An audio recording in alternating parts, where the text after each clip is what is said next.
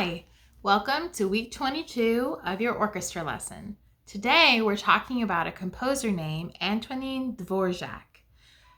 He was a composer from the Czech Republic. He was actually the first composer from that area to reach worldwide recognition for his work.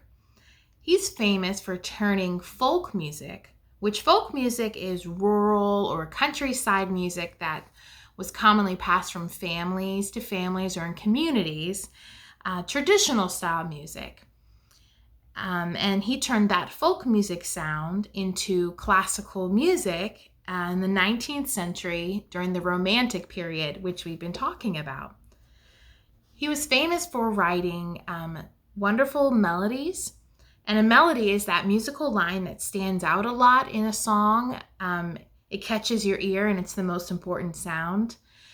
He also had a lot of light-hearted work. It was light, fresh, airy, more fun sounding because it was based on the folk style country sound versus some of his contemporary composers who had a much darker, heavier sound.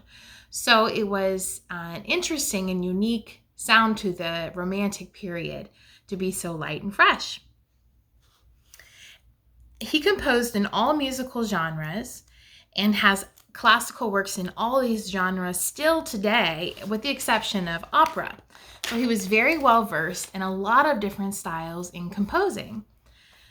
Symphony number 9 in E minor is one of his best known works, and that is a symphony written for an entire orchestra piece. But he also wrote 4 concertos. The one he wrote for cello is called the Cello Concerto in B minor, and that's still considered a very classic piece and famous work of his. He also wrote chamber music. So chamber music was composed for small ensembles or groups of instrumentalists. Chamber music was music written to be performed in homes or smaller group settings versus symphonies, orchestras, which were in theaters and churches and large gathering places. One example of a chamber piece that he wrote is called the Piano Quintet in A major. That's a great example of Dvorak's chamber piece. So your assignment for this week is to listen to Serenade for strings in E major. This piece was composed by Dvorak in just 2 weeks, and it's still one of his most popular orchestra arrangements. Maybe you could write an orchestra piece in just 2 weeks. Have fun! Up next, you're going to hear Mr. Jarrett talk about woodwinds. Hello! Today we're talking about wind instruments. We covered already brass and strings. And so wind instruments are instruments that are played by blowing into them, hence the word wind. Typically, the more air the musician pushes, the louder the instrument will get. You guys already have some experience with this with your recorders. A recorder is a wind instrument. And the amount of air that you push through it resulted in how loud the sound was. Just like other wind instruments, like the recorder, when you push down on a single key, it changes the note or the pitch. And the same goes for the rest of other wind instruments. We talked briefly about the saxophone in our brass section because the saxophone is made of brass.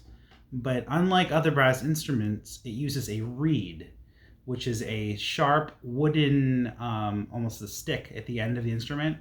And blowing across it creates the sound. We get the term woodwind from the wood from the reed. But not all reeds are made of wood. Some are made of brass or aluminum or even gold or platinum.